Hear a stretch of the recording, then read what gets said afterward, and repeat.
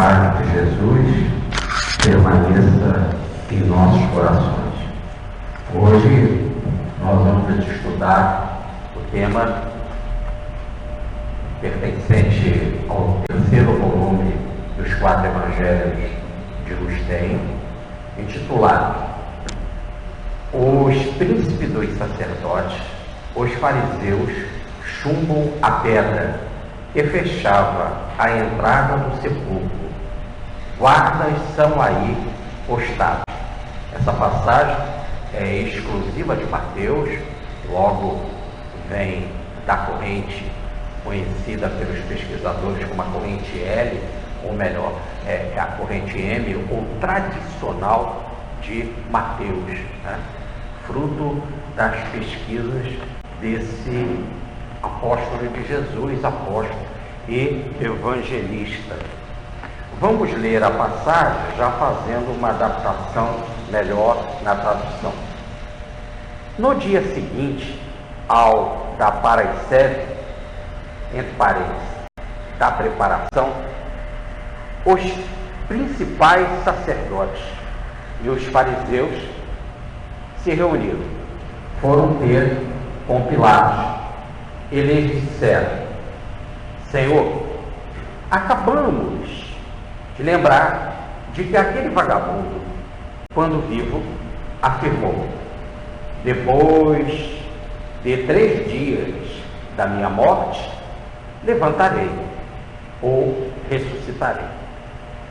Manda, portanto, que o sepulcro seja guardado até o 3º dia, para não suceder que venham seus discípulos, lhe furtem o corpo e depois digam ao povo: levantou dentre os mortos, pois que este último embuste seria pior do que o primeiro. Pilatos lhes respondeu: aí tendes uma guarnição. Ide e guardai, como entenderdes. Eles se foram, e para garantirem o sepulcro, selaram-lhe a pedra e lhe puseram guardas. Muito bem.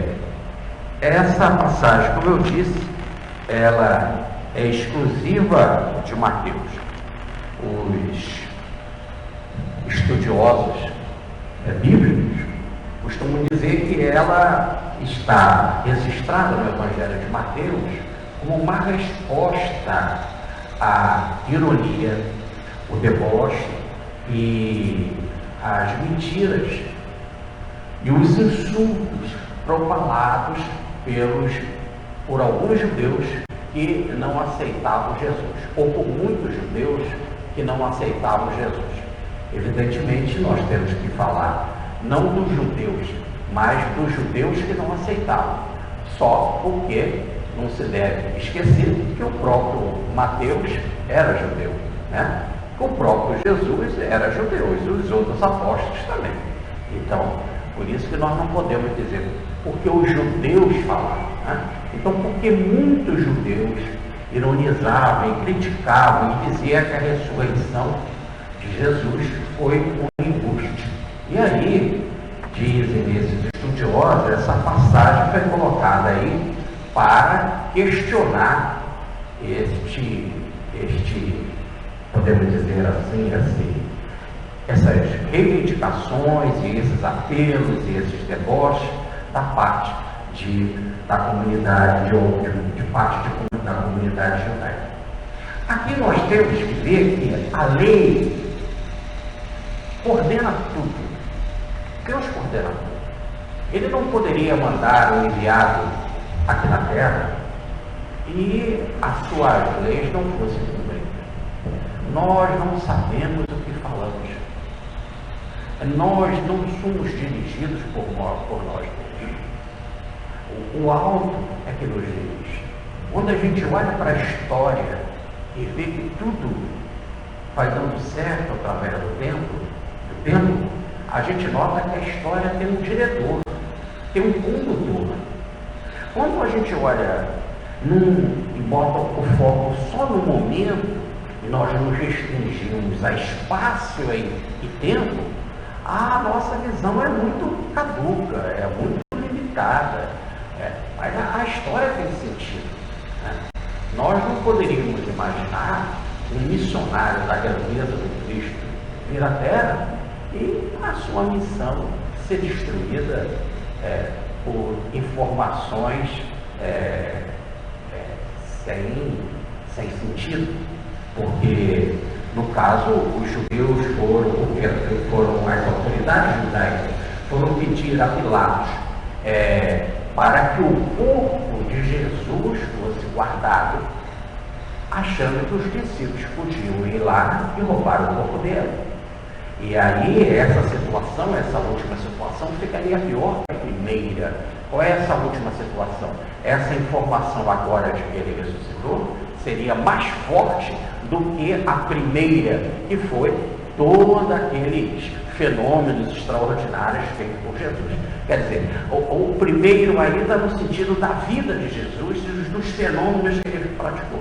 Mas que agora, essa segunda situação, essa informação dos apóstolos que ele teria ressuscitado e que o corpo dele não estava lá, isso teria mais força e seria verdadeiramente, então podemos dizer, mais poderoso do que a própria vida de Jesus durante os 3 anos de pregação. E o que não resta a menor dúvida, porque se não houvesse o fenômeno da ressurreição, nós não teríamos o cristianismo nessas bases.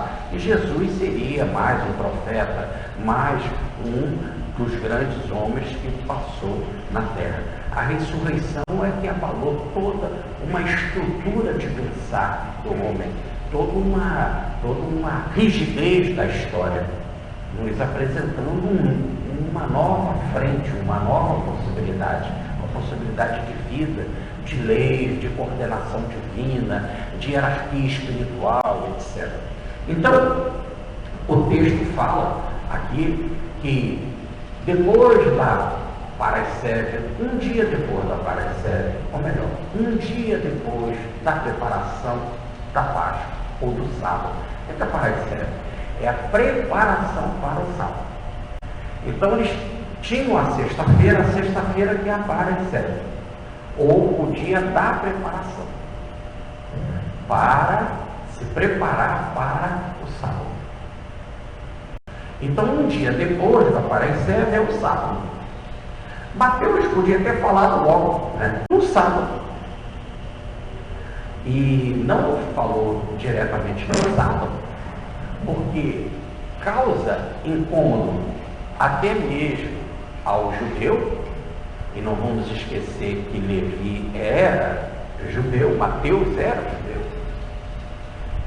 Se fazer alguma coisa no dia de sábado, e entre esse fazer alguma coisa no dia de sábado, fazer algo extremamente condenado no dia de sábado, entrar em contato com o gentio, porque as autoridades foram conversar com Pilatos.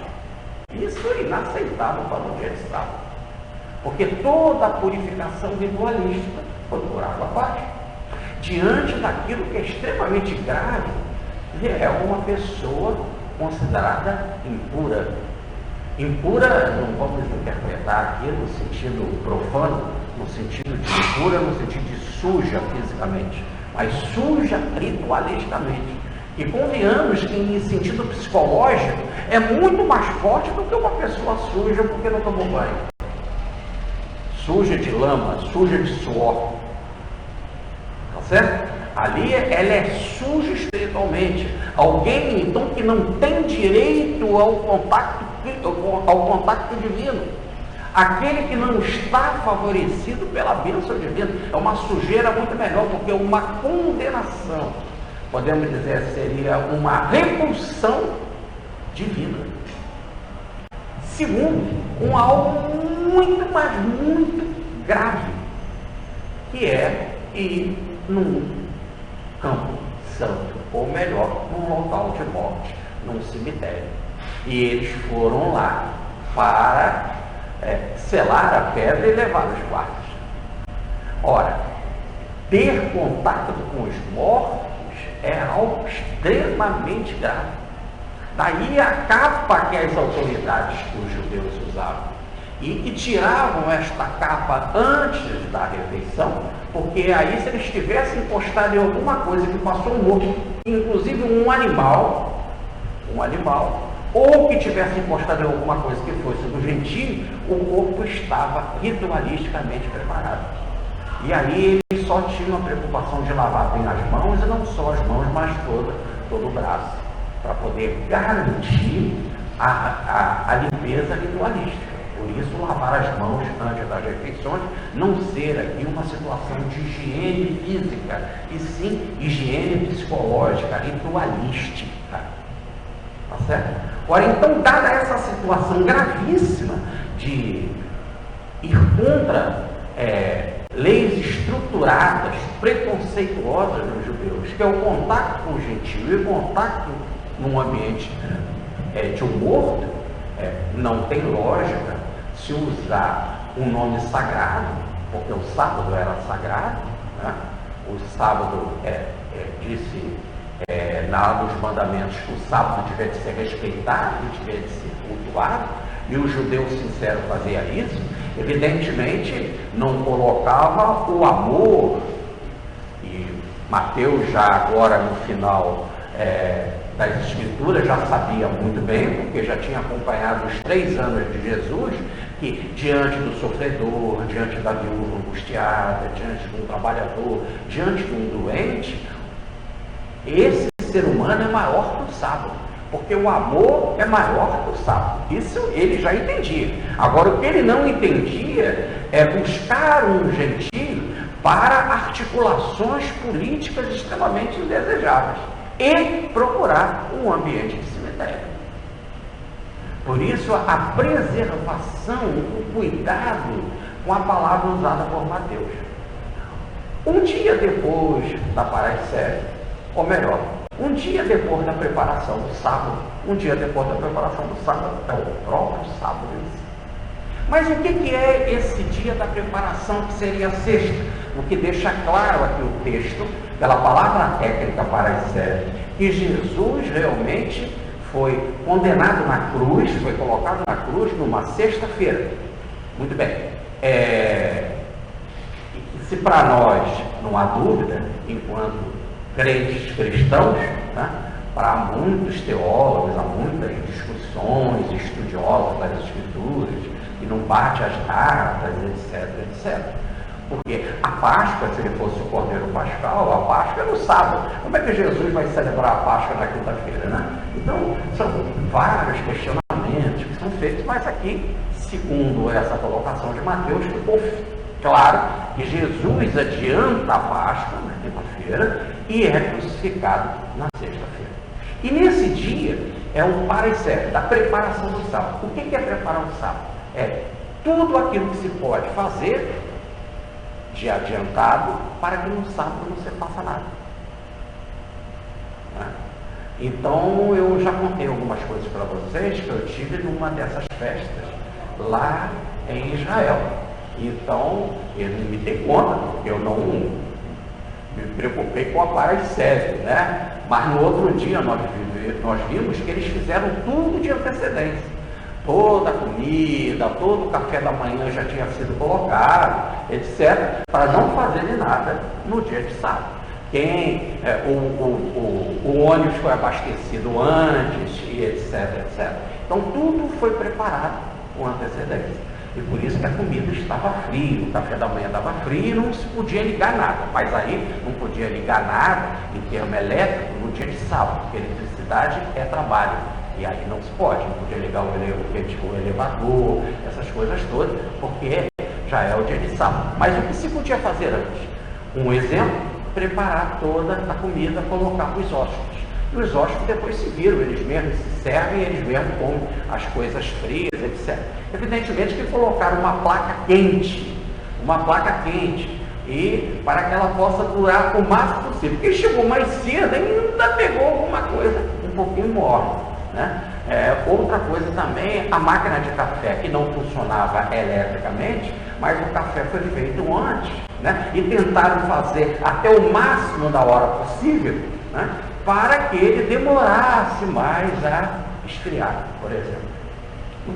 Então, são essas as preparações. Eu cheguei até a comentar aqui com vocês que uma das perguntas que foi feita lá para o nosso guia era com relação a escovar o dente no sábado. E aí, sim, mas ele disse, mas aqui há um agravante, porque tem que pegar a pasta e botar na escova. Escovar o dente é um processo de limpeza. Quer dizer, tomar banho pode, mas botar a pasta na escova, não. Então se faz isso com antecedência na sexta-feira. Ó, para aí, sério. Eu já boto ali, quando eu for escovar o dente, eu não faço trabalho, é só a limpeza. A limpeza é permitida. Uma outra coisa, e aí ficou no campo da muita risada, brincadeira do nosso grupo, mas sem desrespeitar, evidentemente, o ritual deles. Mas com uma pergunta afetada, inclusive pelo Emílio, um amigo nosso, que é irmão do Ferdinando e que gosta muito de viajar conosco, etc. Ferdinando é um tradutor das obras do professor Pedro Baldi, foi amigo pessoal do professor Pedro Baldi. Então o Emílio perguntou, e com relação ao papel higiênico, você poderia usar? Pode, mas cortar o papel não pode. Então ele já cortava com antecedência, um dia antes. E assim, vai ficando nessa coisa, isso é bate-papo para turista, mas as informações fazem. Nós vimos ali da dificuldade até da luz do banheiro estar apagada, de eu ter que descer do quinto andar sem escada, sem elevador, etc, etc. A dificuldade do maleiro, porque né, tiveram de arrumar um que não era judeu para poder pegar as malas, e assim, era tudo assim muito complicado. Vamos, resumindo, entendemos o que o Pai serve, não vamos ficar muito aí. Mas explica essa preocupação de Mateus. Como é que as autoridades se reúnem? Porque acabaram de lembrar que Jesus disse que no terceiro dia ressuscitaria. Por que eles acabaram de lembrar isso? Quando Jesus disse isso? Na quinta-feira à noite, quando foi preso e no julgamento, já na sexta de madrugada. Quando perguntaram a ele muitas coisas, e arrumaram testemunhas falsas, e Jesus disse, se destruirdes este templo, eu erguerei em 3 dias. Evidentemente que Jesus falava do templo do corpo dele, ele falava do corpo, né? E eles entenderam muito bem, mas vamos dizer que não, porque na hora eles não quiseram entender. Disseram, rasgando a veste, né, que é um ato de ira, de extrema blasfêmia, e diz, está vendo? Ele disse que vai destruir o templo. E foi uma das coisas, quando o povo chegou e o povo gostava dele, porque até há pouco tempo, ele, no domingo, e nós estamos na quinta-feira, no domingo, o povo colocou ramos para Jesus passar, e começou a dizer, Hosanas ao filho de Davi. A popularidade estava em alta, porque ele tinha acabado de tirar Lázaro do túmulo, depois de 4 dias ali, sepultado, e o povo gritando Hosanas ao filho de Davi e tal. Então o povo ainda estava muito envolvido com Jesus. E aí foram num trabalho de sapa, num trabalho de divulgando essas ideias, como numa multiplicação rápida dessas informações, dizendo, ele está preso, e um dos crimes que ele disse que é destruir o templo. Então, eles usaram a frase de Jesus ao pé da letra, como a destruição do templo de Jerusalém. E usaram, então, as testemunhas falsas para corroborar isso. Mas lá dentro, eles sabiam que Jesus estava falando do corpo, não do templo. E a maior prova é que agora, rapidinho, da quinta para já o sábado, e que não deveriam procurar judeus, eles processaram a história bem. Ele disse que se destruir esse templo, que é o corpo, ele ia erguer em 3 dias. Então eles foram procurar Pilatos para pedir guarda para tomar conta do túmulo. Tá certo? Se eles não tivessem acreditado nessa possibilidade, Ou melhor, naquilo que Jesus falou. Ou se eles não tivessem entendido o que Jesus falou com relação ao corpo e sim com relação ao templo físico, eles não iam se preocupar em tomar conta do túmulo de Jesus. Então que eles sabiam bem que Jesus estava falando do corpo dele e eles quiseram usar mal. Essa é a justiça corrupta. Esse é um julgamento falso. Essa é uma prova clara e notória em que os juízes estão usando de má fé para condenar. É uma perseguição formal, interpretando mal e de propósito a palavra do condenado. E aí, nesse caso, diante dessa situação, eles reunidos, eles falaram assim: acabamos de nos lembrar, quer dizer, agora veio à nossa mente, ele falou isso, que era do corpo. Agora eles não falam mais do templo de Jerusalém, falam do corpo. E sabe que se os apóstolos começarem a dizer que ele ressuscitou, e essa força, essa ideia de que ele ressuscitou, vai ser muito maior, muito mais forte do que a primeira, que foi a mensagem de Jesus, que foi a vida de Jesus. Como se estivesse dizendo, o extraordinário Jesus, entre todos os feitos de Jesus, é o túmulo vazio, é a ressurreição. Mas havia algo ainda pior, porque o povo não vai nos perdoar, porque aí nós julgamos mal o justo, quem o povo gostava. Mas nós vamos falar isso mais já na frente. Quer dizer, o povo vai se voltar contra nós.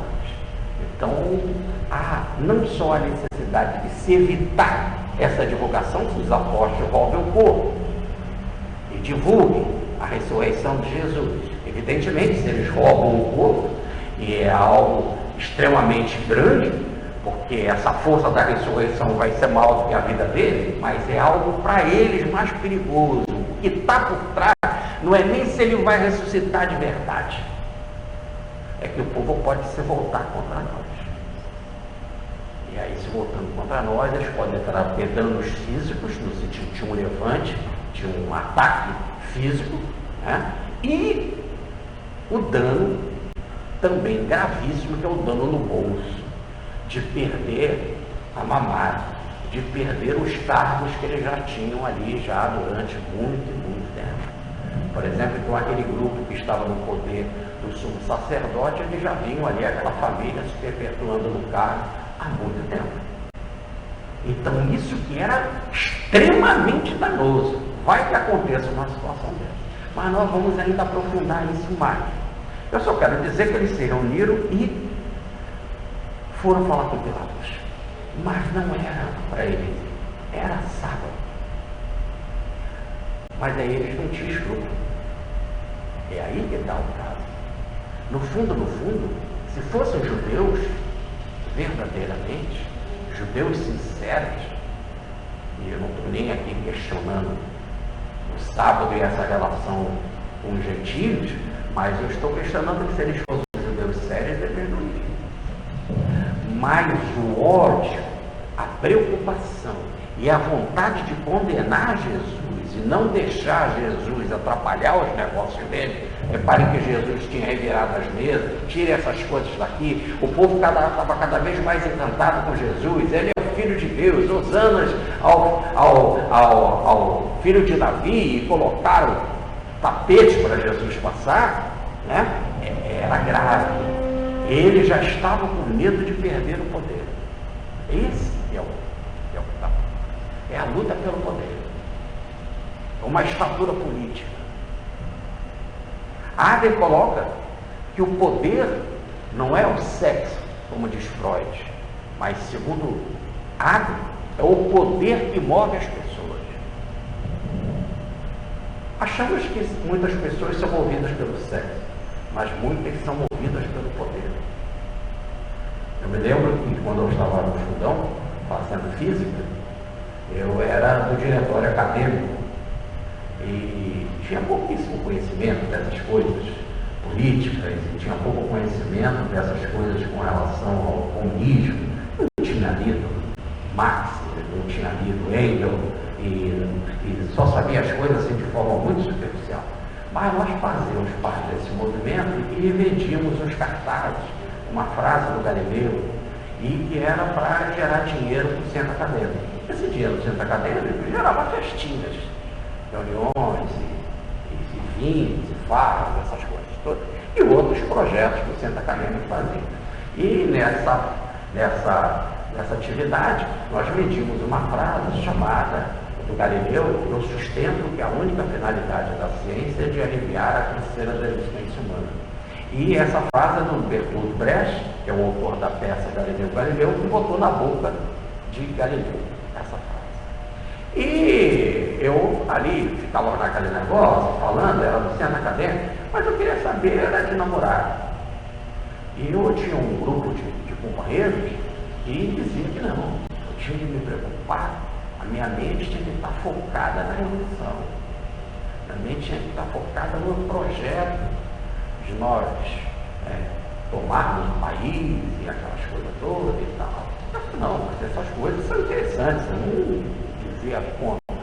Mas quando eu falava de amor, esse grupo de namoro, de namorado, esse grupo ia conta dizendo assim: namoro, amor, mulher, a nossa mente fica fraca, a gente perde o foco.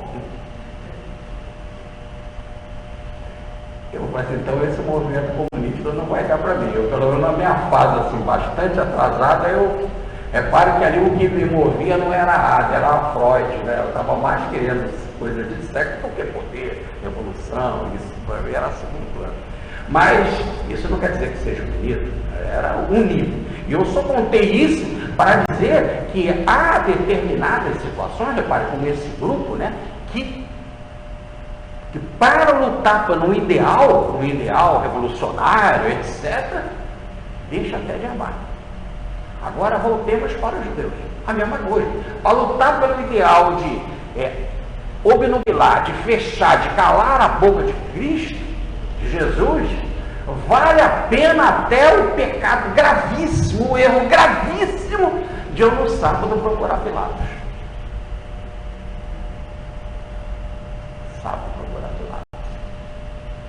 E ele se reúne e diz aqui, é a primeira vez que a palavra fariseu aparece. Os principais sacerdotes e os fariseus. É a primeira vez que a palavra fariseu aparece no drama da crucificação. Sempre apareciam os anciãos, apareciam os principais sacerdotes, o sinédrio, mas a palavra fariseu não. Então aqui ele se reúne junto com os principais sacerdotes e discutem, notam que a situação era grave e não só pela fama que aconteceria se Jesus fosse considerado um ressuscitado, mas que o povo podia se bater contra eles. E eles poderiam ter um risco de poder, de perder o poder. Então eles foram procurar Pilatos. E quando eles chegam lá, começa aqui uma palavrinha que se encontra nos códigos mais antigos e mais importantes. Quer dizer, não há dúvida no texto que há esta palavra. Senhor, viram? Acabamos de lembrar. Aqui agora eles chamam Pilatos de Senhor. Eles já tinham dito um dia antes que se Pilatos não prendesse Jesus, ele não era seguidor de César. E eles tinham já César em alta conta. Isso é absurdo do absurdo do absurdo. Um judeu ter César em alta conta. Deus é que é o rei, que é o comandador, que é o comando daquele povo. É celebrado lá com Abraão no projeto da aliança. Eu sou o seu Deus, ele será o meu povo. Essa é a aliança. E Jesus veio fazer uma nova aliança. Aí o cálice da nova aliança. Mas a nova aliança sem desmerecer aquela. Porque agora já não é mais só aquele povo. É o povo, agora é o fiel de Jesus. Todo fiel de Jesus, seja de onde for, está dentro desta nova aliança. Quando antigamente a aliança era só com o povo Judeu. Por isso a nova aliança, em que não é o judeu que entra, é todo aquele que é fiel de Jesus, independente da nacionalidade, independente da procedência, se é homem, se é mulher, se é velho, e de seja lá de que nação for, de que religião for. Bom, então,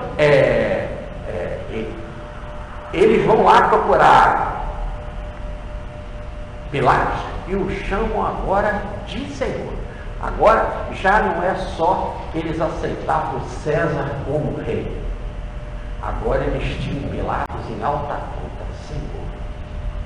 Evidentemente que Senhor usam toda a expressão de respeito, que era a mesma palavra que eles usavam para Deus.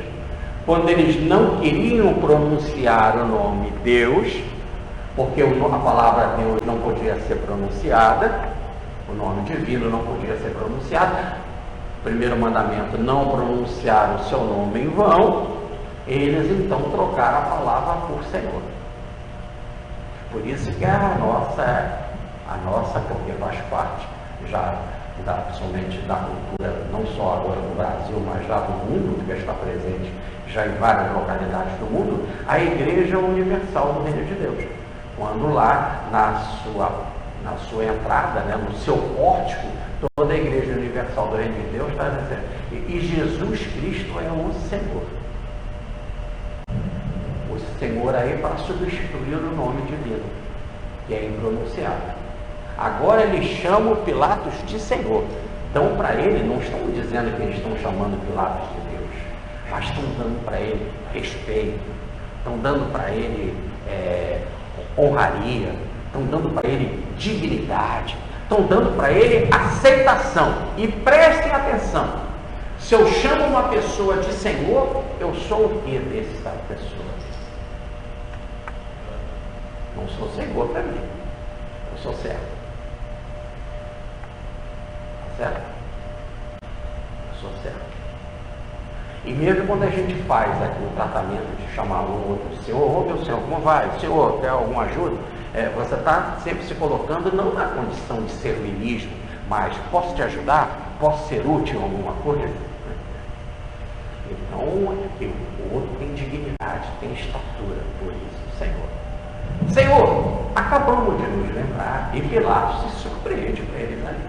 Pilatos nunca tinha recebido a visita daquela turma no dia de sábado. É a surpresa também para Pilatos.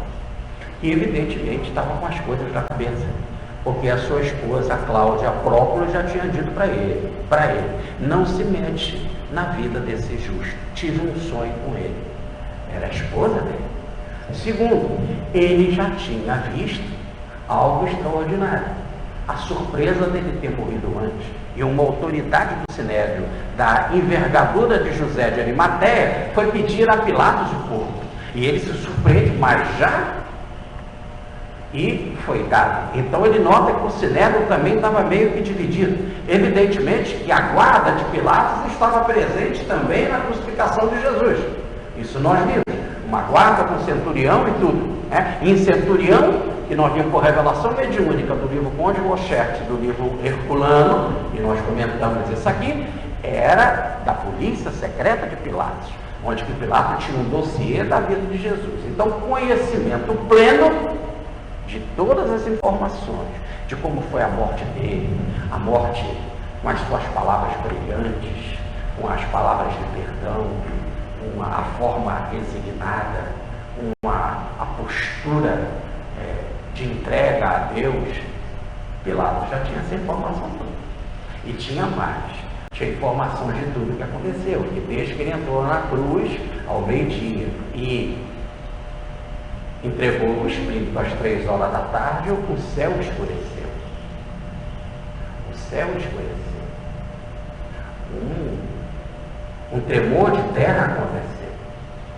O véu do templo, o parroquete, onde que separa o sagrado do sagrado dos outros, dos profanos, o parroquete havia se rasgado.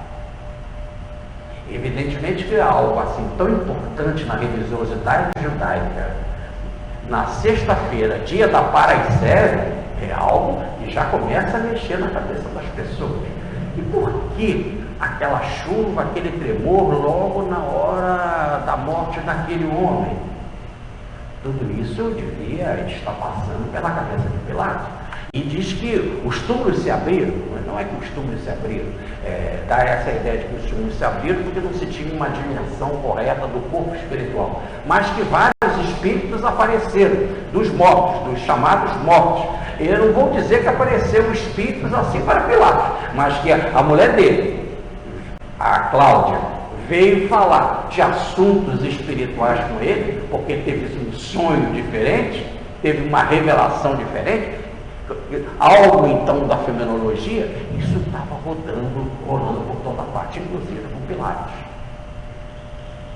Aliás, a palavra surpreendente do seu centurião, já estranho, na hora que foram pegar as vestes dele, não rasgaram, mas sim dividiram, e sim escolheram através da sorte para ver quem ia ficar com ela. E mais, a palavra do seu centurião, que da cruz diz verdadeiramente, esse é filho de Deus.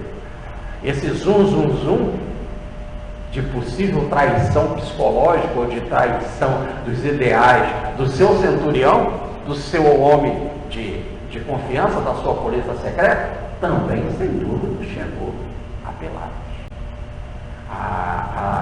E quando aqueles homens chegam lá pedindo para tomar conta do corpo de Jesus, nunca Pilatos poderia acreditar numa coisa dessa, né? De fazer guarda para defunto. Mas a situação era tão, e ele ouviu tantas coisas, e ouviu tantos fenômenos, e tinha aquele relatório desse seu centurião, contando toda a vida extraordinária daquele homem, daqueles feitos, porque desde que Jesus começou a fazer feito, uma atividade pública, ele teve olheiros, não é isso? Não só do Sinédrio, mas de Pilatos também. Então, diante dessa situação toda, até Pilatos queria saber, ou melhor, pagar para ele. Está aí uma escolta. A melhor tradução não é guarda, é escolta. Está aí uma escolta. Põe a eles e pode levar. E aí eles foram lá para o cemitério. Lá naquele jardim virgem de José de Arimateia. Evidentemente que José de Arimateia era do Sinédrio. E quando levaram o corpo de Jesus para lá, os judeus já tinham colocado olheiros na cruz. Porque nós vimos várias passagens, então, que os filmes então, sobre Jesus de Nazaré adoram explorar, das autoridades judaicas dizendo assim, ele está apelando por Elias. Ué, não fazia tanto milagre? Por que agora não se salva também? Ele está orando, e não sei o que, e ficar, olha como é que ele está sofrendo, e não sei o que. Então eles ficaram ali naquela informação de demônio. Nós já estudamos isso também. Olha, nada mais, nada menos, não estavam ali só para ironizar, mas para saber tudo o que acontecia. Acompanharam o processo todinho, não só combinaram com Judas, como prenderam à noite, sem a presença do público, fizeram um julgamento falso, inventaram falso testemunho, levaram ele para Pilatos, insistiram com Pilatos, 3 vezes o Pilatos queria soltar ele, eles insistiram, e agora Pilatos entregou ele para ser crucificado. Eles acompanham o processo direitinho. E evidentemente que não deixaram o jardim de José de Arimateia vazio. Ali tinham olheiros, mas eles queriam mais do que olheiros. Eles queriam a oficialidade romana. Como era algo grave e pessoa de grande poder, dados os fenômenos todos que ele fez, os fenômenos todos imensos, era bom que tivesse proteção militar, como se estivesse dizendo assim, a força militar vai ser suficientemente forte para calar esse embusteiro, esse mágico, esse cara que faz essas coisas que a gente não consegue entender, esse poder. E eles não tinham guarda pessoal, os judeus não podiam ter uma guarda armada, então por isso o perigo, por isso a necessidade de prender Jesus. Estevão não foi assim, o primeiro mártir do cristianismo. Como Estevão não realizou aqueles feitos extraordinários, etc. e tal, houve um debate com Estevão, consideraram que no debate Estevão perdeu e mandaram os representantes das sinagogas tacarem pedra em Estevão, e Estevão foi morto a pedrada. Logo, e não foram condenados os judeus por causa disso. Quer dizer, essa condenação feita por autoridades religiosas era permitida. Eles podiam ter feito a mesma coisa com Jesus. Tanto que iam fazer com a adúltera. Jesus estava pregando no templo, quando lá no templo levaram, depois da festa das cabanas, ou das tendas, dos tabernáculos, levaram uma mulher que foi pega em adultério. Esqueceram de levar o adúltero também, mas levaram a mulher. Né? E Jesus, escrevendo no chão, que ele estava pregando no templo, diz: atira a primeira pedra quem tiver sem pecar. E os mais velhos para os mais novos, eles foram embora. E Jesus falou para a mulher: eu também não te condeno, vá e não peques mais. Mas eles então apedrejariam ela. Então era possível, podiam fazer o mesmo com Jesus, mas tinha opinião popular, e mais do que opinião popular, o receio diante da mágica, daquela coisa extraordinária, daquela força inusitada, que eles há 3 anos não só ouviam falar, mas que eles viram em muitos casos de Jesus. Aliás, eles apanharam, como diz o capítulo 9 de João, um cego de nascença, que Jesus havia curado, e interrogaram o cego de ponta a ponta. E é interessante que o cego, por exemplo, eu não sei quem é o Cristo, que ele era cego, eu não sei como é que ele fez, eu só sei que eu era cego e agora vejo, isso eu sei. Então esse testemunho do ex-cego foi extraordinário. Eu não sei como é que ele fez, eu não sei se ele vem da parte dele, isso eu não sei. Eu só sei que ele perguntou o que queria que eu fizesse, eu falei que queria ser curado, e eu só sei que eu não enxergava, e agora eu enxergo. Agora, se ele tem autoridade, se ele não tem autoridade, se ele veio da parte de Deus, com que força ele faz isso, eu não sei. Eu só sei que eu era cego e agora vejo. Então eles viram coisas, isso foi um julgamento que o cego passou. Inclusive trataram mal, chamaram os parentes dele para perguntar se é verdadeiramente, se ele era cego, levantaram a vida do cara. É lógico que o texto evangélico bota frase, mas a gente sabe que não vamos chamar o parente só para um bate-papo rápido. É um julgamento pesado e de gente de má fé. A sorte mesmo que não teve dúvida, o homem era cego e agora via, e foi provado que ele era de nascença. E aí, tanto que no outro dia ele foi procurar Jesus, com alegria por procurar Jesus. Mas voltando, então eles se aproximam então de Pilatos e falam isso, né? Que acabamos de ver a orelha. E essa situação vai ser horrível, porque esse vagabundo é a boa palavra na tradução. E que aqui eles botam esse embusteiro, bonita a palavra embusteiro, né? No original tem peso, hoje nós falamos, esse malandro, esse embusteiro, esse fraudulento. Mas também, fraudulento também não é bem quando a pessoa está com raiva, né? Se eu estar ofendendo um político lá, o escracho, que agora está em moda essa ofensa popular do escracho, né? Imagina entrar um político e você fala, seu fraudulento, não é bem. Essa não seria bem a tradução. Eu já contei aqui como Lutero se preocupa muito com a palavra quando ele vai traduzir para o texto alemão. Não é bem o que está lá no original, mas é como o povo pronuncia. Então a tradução que nós fizemos, e que bons textos fazem, né? Esse vagabundo. E aí, por que essa palavra pesada? Eles estavam danados. Só fala assim quem está realmente botando todo o impacto emocional na palavra. E o objetivo era convencer Pilatos ao máximo. Não adiantava botar embusteiro, esse talvez mágico, ou esse perturbador da ordem pública, coisa assim. Tinha de pegar uma palavra pesada para dizer que eles acreditavam profundamente naquilo que eles estavam falando e que aquilo mexia profundamente com a estrutura dele. Então eles usam uma expressão forte. Esse Um falou isso. Isso é extremamente grave. Então, nós não acreditamos. Quando ele estava vivo, olha bem, então eles tinham a certeza que Jesus estava morto. Isso aqui é 10 também. Quando ele estava vivo, ele falou que ele, se destruísse esse corpo, ele ressuscitaria em 3 dias. Nos arruma então uma guarda. Aí foi dada a correta, estava aí, e foi dada a guarda. E eles levaram lá essa guarda. Quando a guarda chegou, fizeram o teste final. Porque diz a passagem que eles selaram a pedra, a guarda então ficou ali de plantão para tomar conta. Isso não quer dizer que eles não ficaram também. E que muitos deles não ficaram também. Eles não iam da margem para romano. A guarda era romana. Tá certo? Então, como eles já tinham os vigilantes deles, né? os secretos deles, para observar tudo, eles continuaram ali também observando. Mas agora nós temos um aparato militar, porque nós não temos arma. Agora não temos arma. Se alguém tentar aparecer, porque na cabeça dele Jesus morreu. Só nem se aventava essa possibilidade da ressurreição.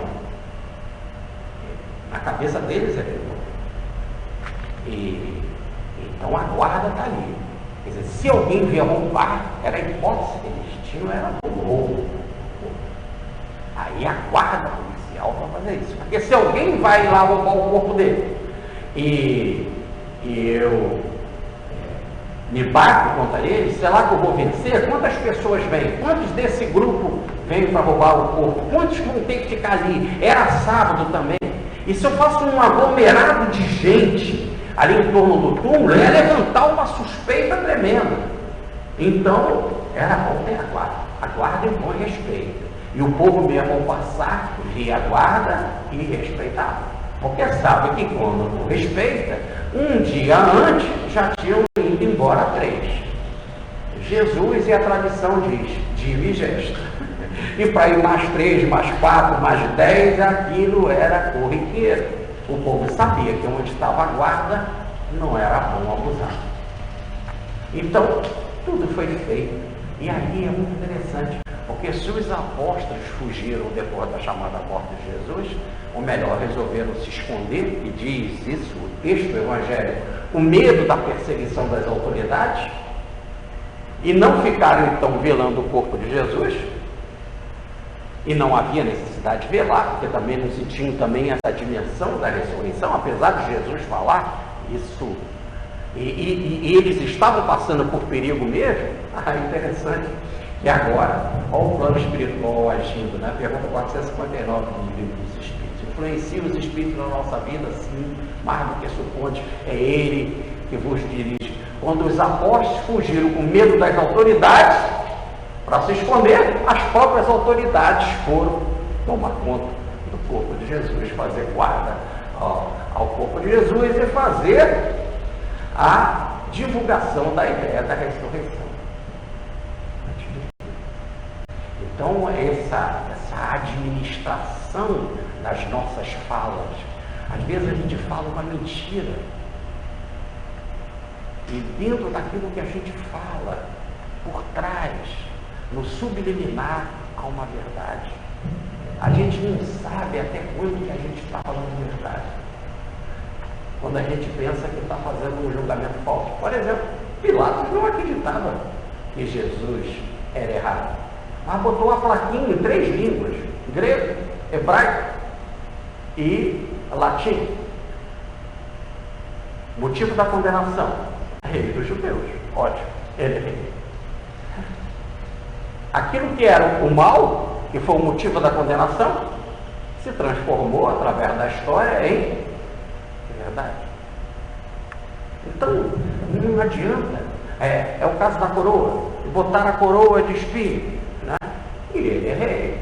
E assim, tantas e tantas passagens que não tem como a gente medir que nós somos escravos do bem. Ou como diz o professor Pedro Monte, o mal é escravo do bem. O mal faz aquilo que o bem autoriza. Quantas vezes o mal resolve fazer obsessão? E que bem que ele está fazendo quando ele faz uma obsessão? Porque a pessoa vai no centro espírita, a pessoa aprende o espiritismo e o espírito também, ou o grupo de espíritos também aprende o espiritismo e passa a trabalhar no espiritismo e tudo se resolve. E aí dá um aprendizado geral. Se o mal soubesse a besteira que estava fazendo em obsidiar o filho do Dr. Bezerra de Menezes, o Antônio Bezerra de Menezes, que estava estudando medicina, o mal se deu mal. Porque o doutor Bezerra foi para a reunião dos obsessores, o filho dele passou a ser espírita, o obsessor melhorou, perdoou o doutor Bezerra, e o doutor Bezerra escreveu um clássico sobre loucura, sobre o novo prisma, explicando a obsessão, e mais, porque ele experimentou pela primeira vez uma reunião mediúnica, gostou, ficou lá, passou a ser o doutrinador do grupo Ismael, e passou a ser o doutrinador do Grupo Ismael e divulgou os trabalhos do Grupo Ismael, etc, até ser presidente da FEB e levar o Grupo Ismael para dentro da FEB, a reunião mediúnica. E daí, ele na presidência da FEB, divulgar Kardec e Rustem. Por causa da obsessão do filho, ele pela primeira vez foi na reunião mediúnica. Se o mal fosse inteligente. E a gente pensa assim, olhando aquele menino, olha, que mal. É que a gente olha ali naquele limite do tempo, parece que perdeu, o menino até morreu depois em 87 por fraqueza orgânica, não por causa da obsessão, mas aí olha, tá, aí quando a gente olha num cenário maior, muito maior, aí a gente nota como a vida é lógica, como a história tem uma inteligência, como diz Emmanuel, Jesus é o Senhor da história, e ela caminha certo. Muito bem. Voltando aqui para esse caso, eles vão ir lá no túmulo e selam a pedra. Vamos falar sobre selar a pedra.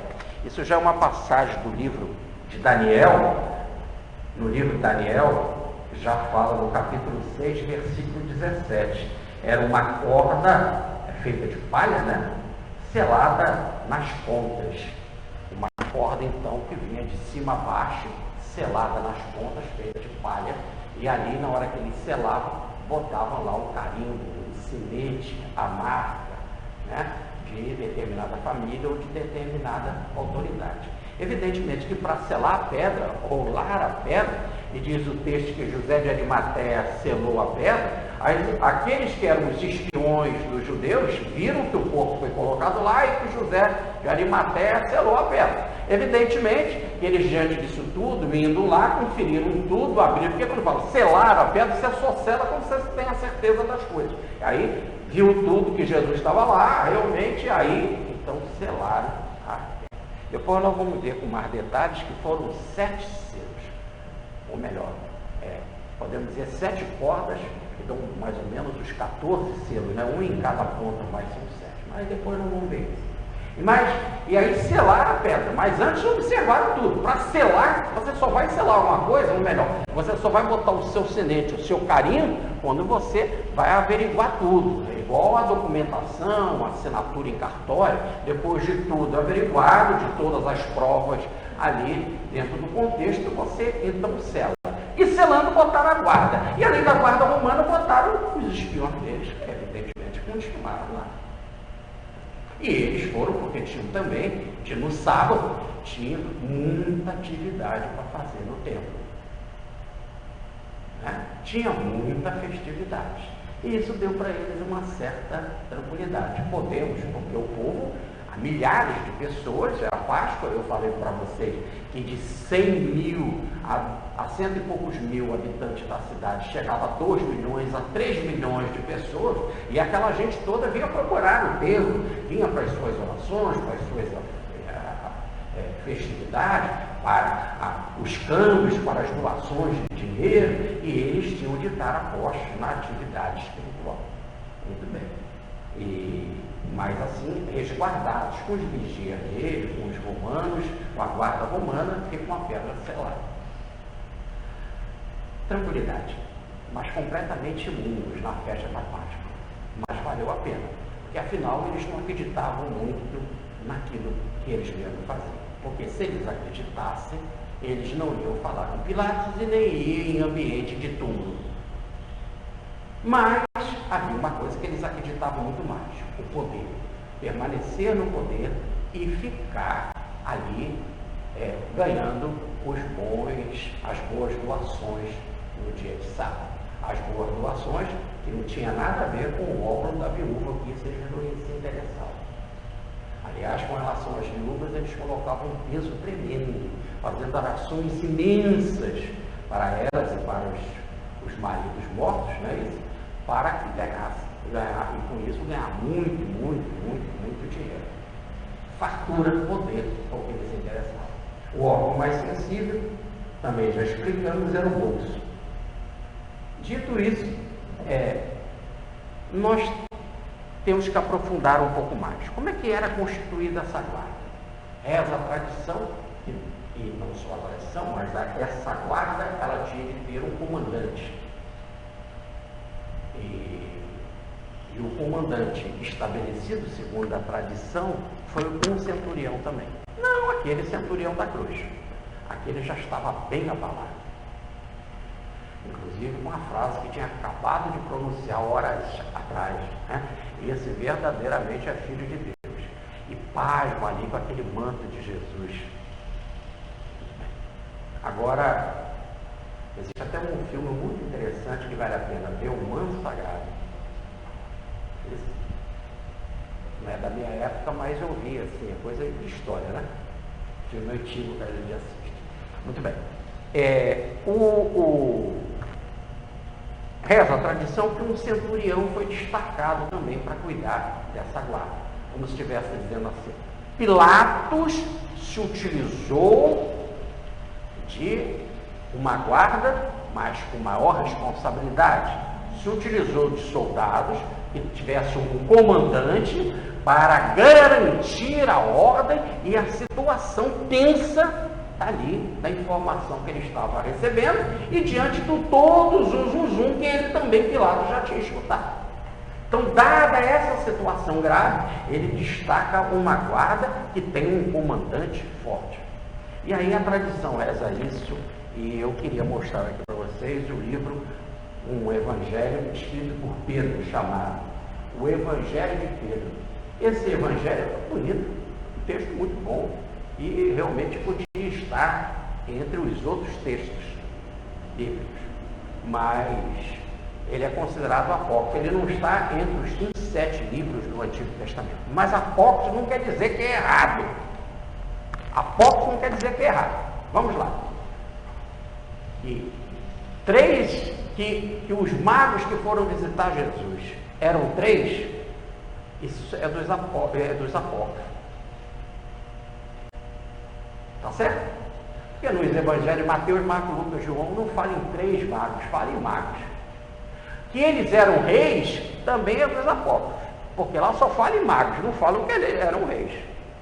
Olha quanta coisa. Que o pai de Maria era Joaquim e Ana, isso é dos apócrifos.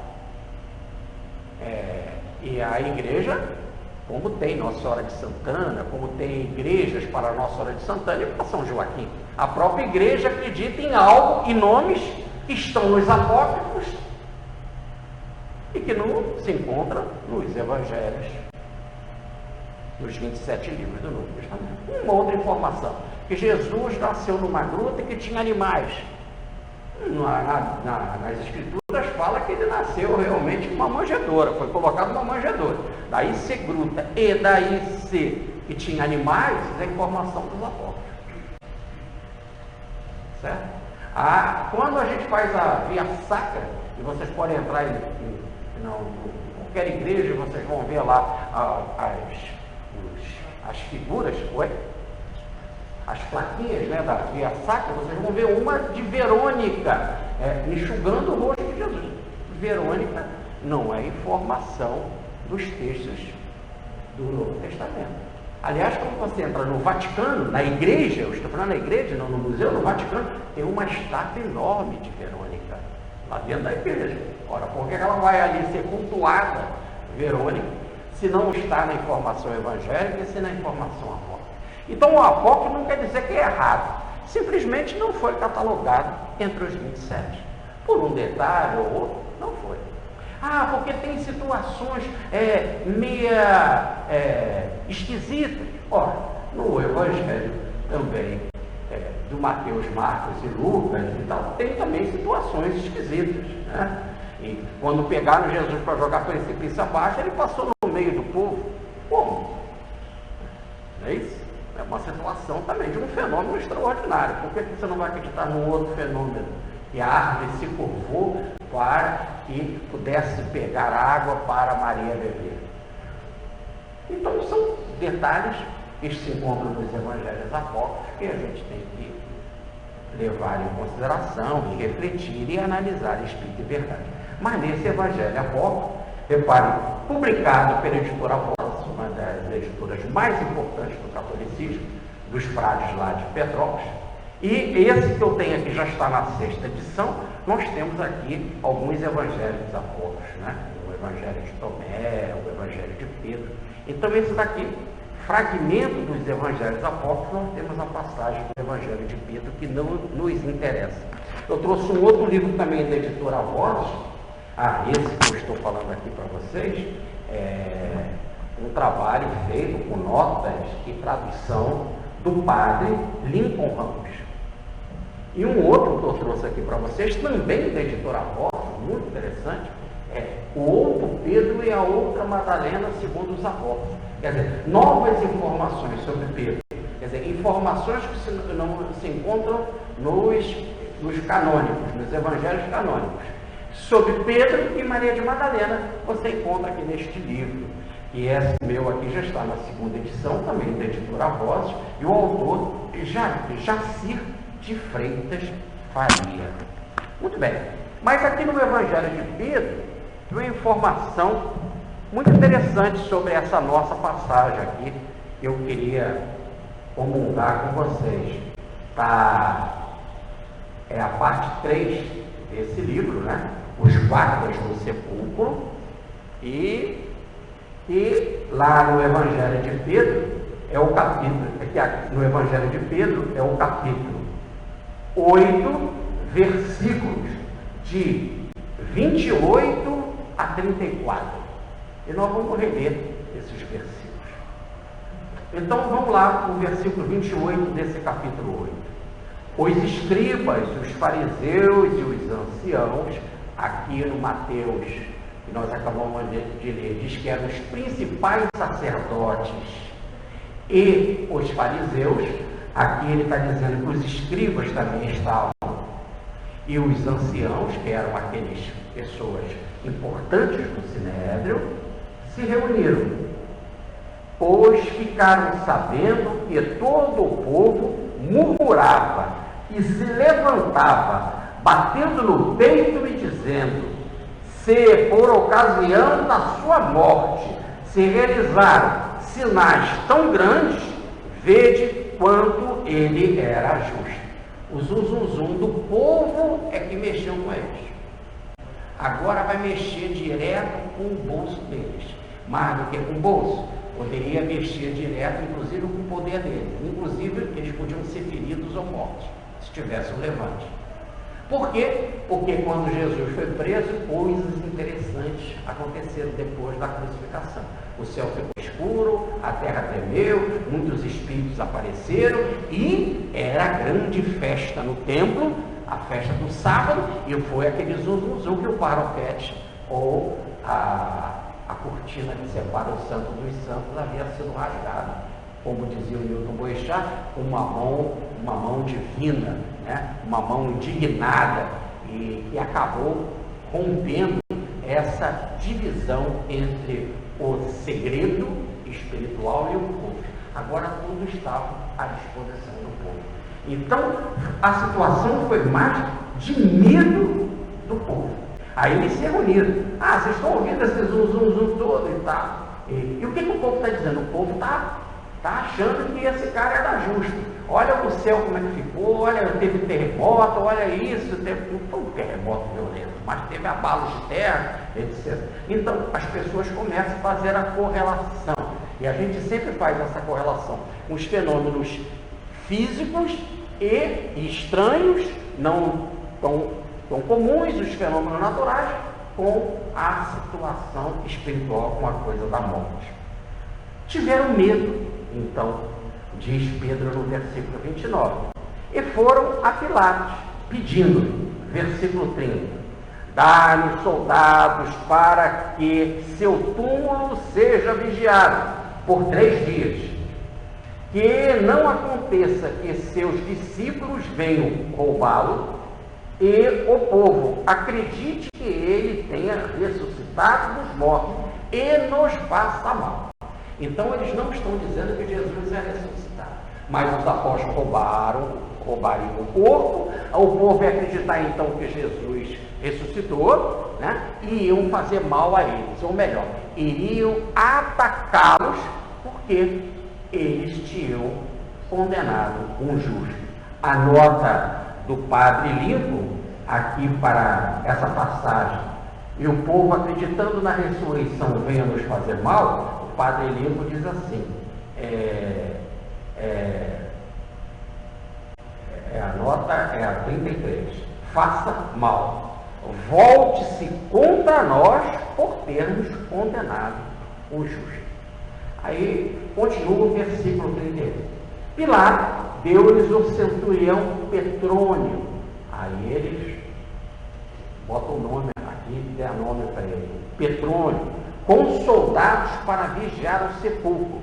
Com eles dirigiram-se ao túmulo os anciãos e os escribas, que com eles, quer dizer, com aqueles principais, mas os escribas e os anciãos se dirigiram ao túmulo juntamente com Petrônio e a sua guarda. A palavra Petrônio, aí é um nome inventado, realmente. E fica bem claro que tudo indica que é um nome inventado. Nada impede também da pessoa ter esse tipo de nome, mas é que é notório. Petrônio é guardião da pedra, aquele que guarda a pedra, né? Tentam também colocar como sendo um nome com relação a Pedro, mas com o apóstolo Pedro, e porque aqui é o evangelho de Pedro, mas não bate. O Pedro não ia colocar este nome nesse evangelho só para fazer uma lembrança com relação a ele, como se fosse discípulo dele, né? Que bem provavelmente não era, já que ele era um centurião e romano. Mas, sim, Petrônio vem de pedra, e aí que aquele que guarda a pedra, aquele que cuida da pedra. Que pedra? Jesus foi colocado num túmulo de pedra, num túmulo que foi escavado numa pedra, um túmulo que nunca tinha ninguém sepultado. O texto deixa bem claro, foi escavado numa pedra, rolaram a pedra foi selada. Quem ficou tomando conta da pedra? Olha o próprio nome, né? Quem foi o guardião da pedra? Petrônio e a sua equipe. Então o nome, o guardião da pedra. Do guardião da pedra, né? Aquele que cuida da pedra, aquele que guarda a pedra, aí vem o nome Petrônio. Acabou virando nome próprio. Como Pedro virou nome próprio. É pedra, tu és pedra, tu és sólido. E acabou virando nome próprio. Como Batista virou nome próprio, né? E apenas o mergulhador. E assim outros e tantos outros casos. E todos os que ali estavam com o centurião e os soldados rolaram a pedra, uma grande pedra, e colocaram na entrada do túmulo. Nela imprimiram 7 selos. Então quem fala em 7 selos, para dizer que foi super bem vigiada, super bem guardada, é o Evangelho de Pedro. Depois, ergueram ali uma tenda e montaram guarda. Por que tenda? Porque é frio, era época de frio, iam passar a noite ali, ia, como diz lá o texto que nós vimos, pelo menos por 3 dias não deu uma guarda para a gente tomar conta, para não acontecer a possibilidade do roubo do corpo dele. Então por isso que fizeram uma tenda, por causa do frio, para se proteger. Agora o mais extraordinário no versículo 34 e o último que nos interessa aqui. Pela manhã, ao despontar do sábado, veio de Jerusalém e das vizinhanças uma multidão para ver o túmulo selado. Aí virou zum. Um falou para o outro falou para um, por quê? Um túmulo selado? Por que fizeram um túmulo? Aí foram lá, iam contar, tem guarda lá tomando conta. Guarda para tomar conta de túmulo? O que é isso? Aí vem aquele zum. Esse cara acabou de tirar do túmulo um cara que já estava 4 dias num túmulo, o tal de Lázaro. Nós ouvimos falar, o povo ficou doido, botou até tapete para ele passar. Mas antes ele já tinha feito, uma menininha lá na Galileia, um contou. Eu tinha feito também com o filho da viúva de Naim, da cidade de Naim, quando ele também ressuscitou. Será que vai acontecer com ele? Por que estão tomando conta do túmulo? Aí uma multidão veio, multiplicaram, fizeram a mídia, ótimo. O alto sabe o que faz. E quando a gente pensa que está no comando da situação, o alto está nos utilizando de instrumento para falar dele mesmo. Muita paz, querido.